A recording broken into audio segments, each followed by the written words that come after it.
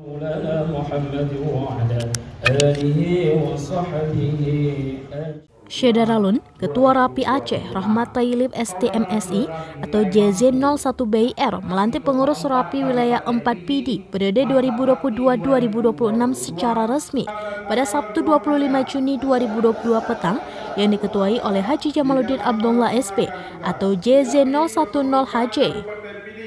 Rahmat Tailib kepada serambinews.com pada Sabtu 25 Juni 2022 mengatakan, kepada setiap anggota yang dilantik agar dapat mengajak warga untuk bergabung dengan lembaga Rapi.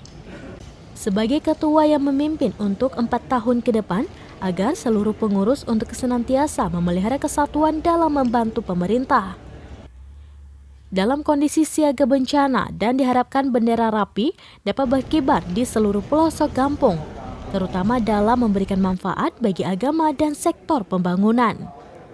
Ketua Rapi terpilih Jamaluddin Abdullah SP kepada serambinews.com mengatakan, sebagai lembaga dalam penguatan relawan, maka kekompakan dengan persatuan dan kesatuan dalam bingkai silaturahmi menjadi modal utama.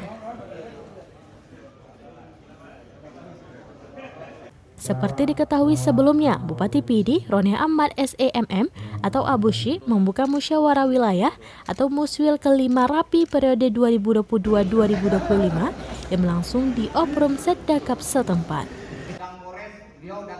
Dari PD, Idris Ismail, Serambian TV.